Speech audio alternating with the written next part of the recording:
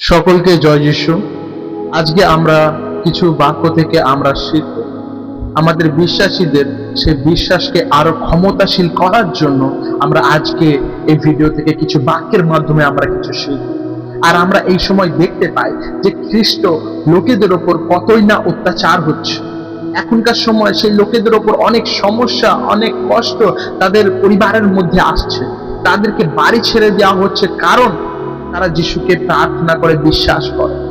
তাদেরকে মারধর করা হচ্ছে, তাদেরকে জেলে বন্দি করা হচ্ছে, তাদেরকে প্রার্থনা করতে বারণ করা হচ্ছে, যিশুর নাম বলতে বারণ করা হচ্ছে। এত কিছু সমস্যা সকলের পরিবারে আসছে। আর সেই জায়গায় আপনি আমি কেমন ভাবে স্থির থাকবো সেটা আমরা এই বাক্যের মধ্য দিয়ে দেখব।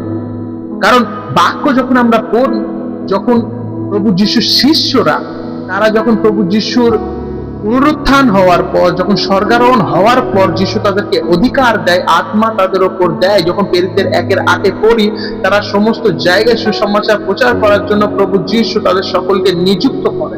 আর তারপর থেকে প্রথম শতাব্দীর মণ্ডলী ধীরে ধীরে স্থাপনা হয়, আরো বেড়ে ওঠে। অর্থাৎ শিষ্যরা সেখানে প্রভুর নামে প্রচারকে করে। তাদের জীবনে অনেক সমস্যা ছিল, তাদেরকে অনেক দল ছাড়া করেছে, বাইরে বার করে দেওয়া হয়েছে, মারধর করা হয়েছে, কিন্তু তাদের বিশ্বাস ভাঙে। তো সেখান থেকে আমরা কিছু বাক্য থেকে আমরা দেখি। ওই জন্য আমি এটাই আপনাদেরকে বলতে চাই, দেখুন, যতই সমস্যা আসুক, যতই কষ্ট আসুক, প্রভু যিশুকে আপনার আমার জীবনে ছাড়লে চলবে। কারণ প্রভু বাক্যতে বলে, তোমার সঙ্গে আমি আছি সর্বদা। আপনার আমার এটাই বিশ্বাস করা প্রয়োজন। হতে পারে আজকে আমার জীবনের কষ্ট, হতে পারে আজকে আমাকে লোকে খারাপ কথা বলছে, হতে পারে লোকে আমাকে অসম্মান করছে, কিন্তু আপনি মাথায় এটা রাখবেন, আপনার সাথে প্রভু যীশু খ্রিস্ট আছে। আপনার শরীর শেষ হলেও প্রভু আপনার আত্মাকে বাঁচিয়ে রাখবে। সেই জীবন্ত ঈশ্বর আপনার আমার সঙ্গে আছে, যে সেই পুরনো সময়, পুরনো নিয়ম থেকে নতুন নিয়ম পর্যন্ত তার কার্য, তার চমৎকারকে আমরা দেখেছি। সেই ঈশ্বর আপনার আমার সঙ্গে আছে। আপনার আমার বিশ্বাস করা প্রয়োজন। তো কিছু লোকের জীবনে সমস্যা আসে, তো সেই সমস্যা থেকে আমরা আজকে বাক্য থেকে আমরা আলোচনা করব, যে সেটা শুধু আপনার আমার জীবনে নয়, যে প্রেরিতেরা, যে শিষ্যরা যিশুর সঙ্গে ঘুরেছিল, তাদের জীবনেও সমস্যা এসেছিল। আর সেখান থেকে প্রভু তাদের বার করেছিল যখন তারা বিশ্বাসে স্থির ছিল। ওই জন্য আপনার আমার দায়িত্ব বিশ্বাসে স্থির থাকা, সমস্ত সমস্যার মধ্যেও প্রভুর নামের মহিমা করা। এটা আপনার আমার দায়িত্ব। হালেলুয়া। আমরা যখন প্রেরিতের কার্যটা 4 আর 5 অধ্যায় আমরা বার করি, সেখানে আমরা কিছু বিষয় দেখতে পাই। সেখানে পৌল আর যোহনের আমরা প্রচারকে দেখি। তারা সেই জায়গায় যিশুর নামে প্রচার করে, মানুষকে সুসমাচার শোনায়, অনেক মানুষ বিশ্বাস করে, অনেকজন উদ্ধার পায় যিশুর নামে। আর সেই সময় কিছু লোকেরা আছে, আশেপাশের কিছু লোকেরা, যেমন ফরিসি, অনেক রকম লোক ছিল। তাদের মনে কি হচ্ছিল? এদের প্রতি জ্বলন হচ্ছে। তারা দেখছে যে এরা যদি প্রচার করে, সমস্ত লোক বিশ্বাস করে, তাহলে আমাদের অধিকার শেষ হয়ে যাবে এদের উপর। বুঝতে পেরেছি? আর এখনের সময় এটাই, আপনি আমি যখন প্রচার করতে যাই, এখন আপনার আমার মনেও ভয়, আরে না, লোককে বলতে গেলে যদি আমায় মারে, যদি আমাকে বিরোধ করে, যদি আমার পরিবারের সমস্যা করে, কি হবে আমার জীবন। কিন্তু আমি আপনাকে বলতে চাই, তার শিষ্যরা থেমে থাকেনি। তারা ভয়ে বলেনি যে আমাকে লোকে মারবে, কি ছাড়বে, কি কি করবে। তারা যিশুর নামে প্রচার করছে। সেই জায়গায় বাইবেল বলে তারা প্রচার করে, অনেক মানুষকে সুসমাচার দেয়। আর তখন সেই বিরোধী কিছু লোকেরা তাদেরকে, পৌলকে আর যোহনকে বন্দী করে জেল, এবং তাদের মহাসভার মধ্যে বিচারে তোলে। আর তাদেরকে বারণ করা হয়, তোমরা কি করো না, যিশুর নামের প্রচার এরপর থেকে তোমরা আর করবে না, নাহলে তোমাদের সমস্যা হবে, আর করো না। তখন এরা কি বলে জান, যখন 5 অধ্যায়ের 29 পদকে পড়ি, ওখানে লেখা আছে, তারা বলছে যে মানুষের আদেশ পালন করার চেয়ে বরং ঈশ্বরের আদেশই আমাদের পালন করা উচিত। ওরা সেই জায়গায় লোকেদের সংখ্যা দেখে তারা ভয় পায়। তারা ভাবেনি যে এরপর আমাদের জীবনে কি হবে, তারা মারতে পারে, তারা আমাদের শেষ করতে পারে, আমাকে কষ্ট দিতে পারে, কিন্তু তারা লক্ষ্য রেখেছিল প্রভু যিশুর প্রতি। তারা ভয় খায়নি লোকে আমাকে কি করবে। তারা ভেবেছিল মানুষের আদেশ পালনের চেয়ে আমার প্রভুর, আমার যিশুর আদেশ পালন করা আমার জীবনের সব থেকে মূল্যবান। আর তারা তাই করেছিল। আমরা যখন দেখি তারপরে যখন 5 অধ্যায়ের অন্তিম দিকে আমরা পড়ি, তখন দেখি তারা সেই মহাসভা থেকে বেরিয়েই তারা আবার সেই ক্ষমতার সাথে, আবার অধিকারের সাথে তারা আবার প্রচার করেছিল। তারা থেমে যায়নি, তারা যিশুর নামকে আরো জয় জয়কারের সাথে করেছিল।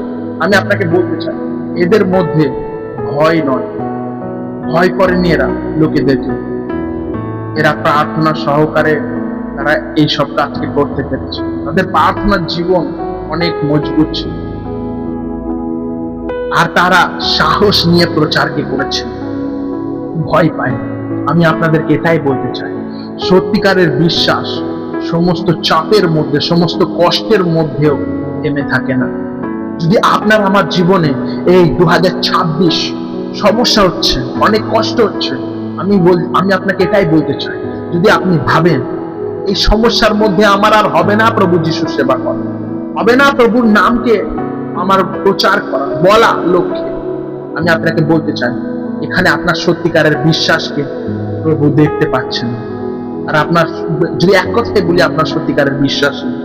কারণ যদি আপনি সত্যিকারের বিশ্বস্ত একজন ব্যক্তি হন প্রভুকে, আপনার যদি বিশ্বাস সত্য পূর্ণ হয়, তাহলে আপনি সমস্ত কষ্টের মধ্যেও থেমে থাকবেন না, কিন্তু সেই জায়গায় সাহসের সাথে আপনি প্রভু যিশুর নামে প্রচার করবেন। কারণ এই সাহস, এই অধিকার কোনো মানুষ আপনাকে দেয়নি, কিন্তু সেই ঈশ্বর যে স্বর্গের সিংহাসনে বসে আছে, সেই প্রভু যিশু খ্রিস্ট আপনাকে আমাকে সেই অধিকার দিয়েছে।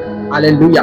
ওই জন্য সেই পৌল আর যখন তারা থেমে থাকেনি, তারা সমস্ত লোকের কাছে সুসমাচার বলেছে। তারা ভাবেনি যে লোকে আমাকে মেরে দেবে না আমাকে বাঁচিয়ে রাখবে। তারা ভেবেছে আমি যদি যিশুর নামে প্রচারকে করি, যিশুর নামে আমি প্রত্যেক লোককে বলি, তাহলে তারা অনন্ত জীবনকে পাবে, তারা উদ্ধারকে পাবে, তারা সেই শয়তানের হাত থেকে রক্ষা পাবে। হালেলুয়া। ওই জন্য আমি আপনাকে বলতে চাই, সমস্ত ভয়ের মধ্যে থেমে নয়, কিন্তু সেই জায়গায় আপনার বিশ্বাসকে দেখুন।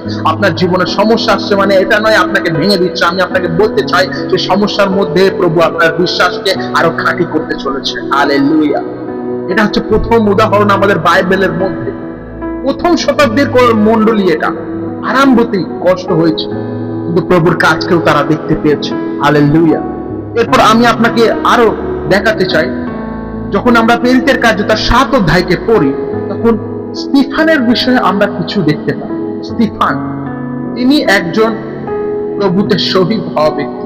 আর বাইবেল বলে, বাইবেলের মধ্যে না যিশুতে প্রথম শহীদ, তারপর ধীরে ধীরে তার শিষ্যদের মৃত্যু হয়, সেটা পরে, কিন্তু সব থেকে প্রথম শহীদ হয় যিশুর জন্য স্তিফানস। আর সে যিশুর প্রচারকে করত, মানুষকে শিক্ষা দিত, প্রভুর বিষয়ে জ্ঞানকে দিত, কিন্তু আশেপাশের সমস্ত লোকেরা তার বিরুদ্ধে হয়ে দাঁড়িয়েছিল, তার বিরুদ্ধে হয়ে তার উপর অত্যাচার করতে তারা বিরুদ্ধে দাঁড়িয়েছে, তাকে মারার জন্য তাদের মনে একটা নির্ণয় নিয়েছে। আর আপনি যখন পড়বেন, আমরা যখন পড়ি 7 অধ্যায়ের পরে তখন আমরা দেখি সেই স্তিফানসকে টেনে হিজড়ে নিয়ে আসা হয়, আর সমস্ত লোকের মধ্যে, ক্রাউডের মধ্যে তাকে পাথর ছুঁড়ে মেরে ফেলা হয়, তাকে পাথর ছুঁড়ে মারা হয়। কারণ এটাই যে সে যিশুর নামে প্রচার করেছে। আমি আপনাকে বলতে চাই, আমাদের সময়ও না, যখন যিশুর নামে আপনি প্রচার করবেন, যিশুর নামকে আপনি ছড়াবেন, অনেক মানুষ আপনাকে মারতেও আসতে পারে, অনেক মানুষ আপনার বিরুদ্ধে, আপনার পরিবারকে শেষ করতে আসতে পারে, কিন্তু আমি আপনাকে বলতে চাই, যেমন স্তিফানুস, সে লাশ পর্যন্ত বিশ্বাসে স্থির ছিল, সে লাশ পর্যন্ত, মৃত্যুর শেষ পর্যন্ত সে প্রভুতে বিশ্বস্ত ছিল। আপনার আমারও প্রয়োজন প্রভুতে বিশ্বস্ত থাকা। আর যখন আপনি 7 অধ্যায়ের তার 60 বাক্য পড়বেন, সেখানে স্তিফানস বলছে, প্রভু এদের পাপ তুমি ধরো না। বুঝতে পারছেন? ওই জন্য আপনার আমার জীবনে যতই সমস্যা আসুক না কেন, একটা ক্ষমাশীল মন আপনার আমার জীবনে হওয়া দরকার। মানুষের কষ্ট দিচ্ছে, কষ্ট নয়, তার জন্য প্রার্থনা করুন, প্রভু এদেরকে তুমি বদলা। হালেলুয়া। আপনি আমি কি সেই বিশ্বাস প্রভুর উপর করি যে প্রভু যীশু খ্রিস্ট তাদের হৃদয়কে বদলাতে পারে? আপনি কি আমি বিশ্বাসকে করি? যদি স্তিফানসকে দেখি, ও কি করেছিল? ও শত্রুদের ক্ষমা করেছিল, সে শেষ পর্যন্ত বিশ্বাসে স্থির ছিল। আর আমি আপনাকে বলতে চাই, প্রভুতে আপনি কতটা বিশ্বাসী, আপনি কতটা আত্মিকতায় এগিয়ে, সেটা কখন বুঝতে পারবেন জানেন? যখন কষ্টের মধ্যে আপনি থাকেন। কারণ কষ্টের মধ্যেই মানুষের বিশ্বাসকে দেখা যায়। যে ব্যক্তি কষ্টের মধ্যে এখনো স্থির থাকে, তাকে বোঝা যায় যে হ্যাঁ, এ প্রভুতে সত্যি বিশ্বাসযোগ্য, এর বিশ্বাস অনেক প্রভুতে। যে কষ্ট, যত কষ্টই আসুক, একে মোচড়াচ্ছে কিন্তু ভাঙতে তো পারছে না। হালেলুয়া। ওই জন্য আপনার আমার জীবনে স্তিফানের মতন হওয়া আমাদের জীবনে দরকার। সমস্যার মধ্যেও প্রভুর ওপর বিশ্বাস, শেষ পর্যন্ত প্রভুতে টিকে থাকা, প্রভুর ওপর বিশ্বাস। ওই জন্য আমি আপনাকে বলতে চাই, আপনি আমি প্রভুর সন্তান। প্রভু আপনাকে আমাকেও যেমন স্তিফানকে বলে স্বর্গের দরজা খুলে তাকে স্বর্গে নিয়েছে, আপনার আমার জীবনও হতে চলেছে। হালেলুয়া। ওই জন্য আমি আপনাকে বলতে চাই, জীবনে কষ্ট আছে, দুঃখ আছে, হার মানবেন না, বিশ্বস্ত থাকুন। প্রভু আপনাকে আশীর্বাদ করবে। প্রভু আপনাকে এমন এক জিনিসে আশীর্বাদ করবে যেটা এই পৃথিবীর কোনো মানুষ দেখেনি।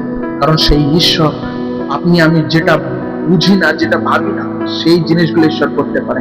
যেটা আপনার আমার চোখে, আপনার আমার কাছে অসম্ভব, সেই অসম্ভবকে আমাদের প্রভু সে সম্ভব করতে পারে। আমি আপনাকে বলতে চাই, হালেলুয়া। আইবের বিষয় পড়েছি, জীবনে সবকিছু শেষ, ধ্বংস, তার জীবনে কষ্ট, তার ছেলে মেয়ের মৃত্যু, সবকিছুর হয়েছে তার জীবনে, শয়তান এনেছে, কিন্তু সেই জায়গাটা সে বিশ্বাসে স্থির থাকার কারণে বাইবেল বলে তাকে প্রভু যা কিছু ছিল তার দ্বিগুণে আশীর্বাদ করছে। ওই জন্য আপনার আমার জীবনে স্থির থাকা প্রভুকে প্রয়োজন। আরেকটি আমি আপনাকে উদাহরণ দিতে চাই বাইবেল থেকে। যখন আমরা প্রেরিতের কার্য তার 16 অধ্যায় 16 থেকে 34 পদ পর্যন্ত পড়ি, সেখানে পৌলুস আর সিলাসের কথা লেখা আছে। পৌল আর সিলাস তারা যিশুর নামে প্রচার করার জন্য, যিশুর কথাকে বলার জন্য, সুস্থতা চমৎকার করার জন্য মানুষের তাকে কি করে, তাদেরকে ধরে তাদেরকে জেলের মধ্যে ভরে দেওয়া হয়। তাদের জীবনে কি হলে সেই অত্যাচার, সেই বিরোধী লোকেরা তাকে অত্যাচার করার জন্য তাদের জেলের মধ্যে ভরে দেওয়া হয়। আমি আপনাকে বলতে চাই, তারা কি করেননি জানেন? তারা সেখানে কান্নাকাটি করেনি, সেখানে তারা প্রভুকে অভিযোগ করেনি, প্রভু কেন তোমার নাম বলতে গিয়ে প্রভু আমাদেরকে জেলে ঢোকাচ্ছ, আমাদের উপর কেন এরম জুলুম আমাদের উপর হচ্ছে, তারা এরম প্রশ্ন করে। আপনি আমি ছোট ছোট পরিস্থিতিতে আমরা ভেঙে পড়ি, আর প্রভু তোমার নামে তো প্রার্থনা করছি, কেন লোক মারছে? আপনি আমি ছোট ছোট কাজে অভিযোগ করি, কিন্তু আপনি আমি এটা জানি না যে প্রভু নিজে বলেছে, প্রভুর পেছনে আপনাকে আমাকে হতে গেলে, প্রভুর উপর বিশ্বাস করতে গেলে আপনার আমার জীবনে সমস্যা আসবে। তাহলে যখন সমস্যা আসবে বলেছে, সেগুলো তো ঘটছে, কিন্তু প্রভু যিশু যে আশীর্বাদ গুলো করবে, সেগুলো কি আপনার আমার বিশ্বাস নেই যে সেগুলো আমাদের প্রভু যে জীবন্ত, সেও করতে পারে? বিশ্বাস থাকুন, বিশ্বাসের স্থির থাকুন। হালেলুয়া।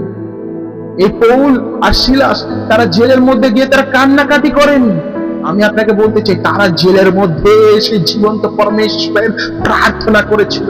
তারা প্রভুর নামের প্রশংসা মহিমা গীতকে গিয়েছিল, কারণ জানে এই জায়গা থেকে যদি আমাকে বার করতে পারে, সে একমাত্র আমাদের জীবন্ত ঈশ্বর। কোন মানুষের কাছে তো ক্ষমতা নেই, কিন্তু আমাদের ঈশ্বরের কাছে সমস্ত ক্ষমতাই পূর্ণ। তারা বিশ্বাস করেছিল। আর তখনই কি হয়েছে জানেন? তারপরই বাইবেল বলে সেখানে ভূমিকম্প হয়ে যায় আর জেলের সমস্ত দরজা খুলে যায়। হালেলুয়া। ঈশ্বরের ক্ষমতা সে। আর যে জেলার তাকে জেলে বন্দী করেছিল, বাইবেল বলে সে হাঁটু পেতে তাদের সামনে আসে আর প্রভুকে স্বীকার করে। হালেলুয়া। ওই জন্য আমি আপনাকে এটাই বলতে চাই, কষ্টের মধ্যেও ঈশ্বরের কাছে কাজ করলে, আপনি যদি কষ্টের মধ্যেও, শুনবেন ভালো করে, ঈশ্বরের কাজ করলে ঈশ্বর আপনাকে সেই কষ্টের মধ্যে থেকে একটা দরজা খুলে দেয়। হালেলুয়া। আপনি আমি যদি প্রভুতে সত্যি বিশ্বস্ত থাকি, প্রভু আপনার আমার জন্য তিনি দরজা খুলবেন। আজকে হতে পারে আপনার জীবনে রোগ, আপনার জীবনে সমস্যা, লোকে আপনার জীবনে অত্যাচার করছে প্রভু যিশুর জন্য। আমি আপনাকে বলতে চাই, বিশ্বস্ত থাকুন। প্রভু যে ঈশ্বর সেই সময় মানুষকে বাঁচিয়েছে, সেই সময় যে মানুষকে রক্ষা করেছে সমস্ত শয়তানের হাত থেকে, সেই ঈশ্বর জীবিত ঈশ্বর। সে আপনাকে আমাকেও সমস্ত শয়তান অন্ধকারের ক্ষমতা থেকে আপনাকে আমাকে রক্ষা করতে পারে। মানুষ হতে পারে আপনার আমার জীবনে অত্যাচার করবে, আপনার আমার জীবনে কষ্ট দেবে, কিন্তু আমি আপনাকে বলতে চাই, প্রভুতে স্থির থাকুন, প্রভুতে বিশ্বস্ত থাকুন। প্রভু আপনার আমার জীবনে একটা বড় চমৎকার বড় কাজ করতে চলেছে।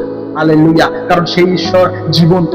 সে মরে যাওয়ার পরও 3 দিন কবরে থেকে সে নিচে মহিমায় সে বেঁচে উঠেছে, আর সে স্বর্গে আছে, সেটা বাইবেল বলে, আমরা বিশ্বাস করি। আর সেই ঈশ্বর এখনো জীবন্ত। আমি আপনাকে বলতে চাই, আপনি আমি যখন ঈশ্বরের প্রতি বিশ্বস্ত ভাবে সেবাকে করব, যখন আপনি বিশ্বাস্ত ভাবে প্রভুর কাজকে পালন করব, প্রভু আপনার আমার জন্য মহা বড় পুরস্কার আপনার আমার জন্য রেখেছে, তিনি আপনাকে আমাকে দিতে চান। হালেলুয়া। আপনি কি বিশ্বাস করেন? বিশ্বাসের সাথে বিশ্বাসের সাথে আপনি স্থির থাকুন প্রভু। মানুষ সমস্যা দেবে কিন্তু আপনাকে শেষ করতে পারবে না। প্রভু আপনার সাথে আছে, বিশ্বাস করুন। বিশ্বাস করুন যে প্রভু যিশু আপনার হৃদয়ে আছে, আপনার পরিবারে আছে। হালেলুয়া। বিশ্বস্ত ভাবে প্রভুর কাজকে করুন, ভয় পাবেন না। প্রভু সঙ্গে সঙ্গে আছে। পরিস্থিতি খারাপ হতে পারে, যিশু আপনার সাথে আছে। হালেলুয়া। এই বাক্য দ্বারা প্রভু আপনাদের সকলকে আশীর্বাদ করুন। আমি বিশ্বাস করি এই বাক্য থেকে আপনি বুঝতে পেরেছেন, আর আপনি এই সান্ত্বনাকে পেয়েছেন প্রভুর বাক্য থেকে, যে আমাদের সঙ্গে প্রভু আছে, সমস্যা আপনাদেরকে হারাতে পারবে না, কারণ আমাদের সঙ্গে আমাদের ঈশ্বর আছে, যে সবকিছু সৃষ্টি করেছে। হালেলুয়া। সকলকে জয় যিশু। সকলে ভালো থাকবেন, সুস্থ থাকবেন, আর প্রার্থনা সকলকে মনে রাখবেন এবং প্রভুর কাছে সব সময় প্রার্থনা করুন, বাক্যকে পড়ুন। প্রভু আপনাকে বোঝাবে যে কোন সময় কোনটা করা সঠিক, কোনটা করা সঠিক। হালেলুয়া। আপনাদের সকলকে জয় যিশু। প্রভু আপনাদের সকলকে আশীর্বাদ করুন।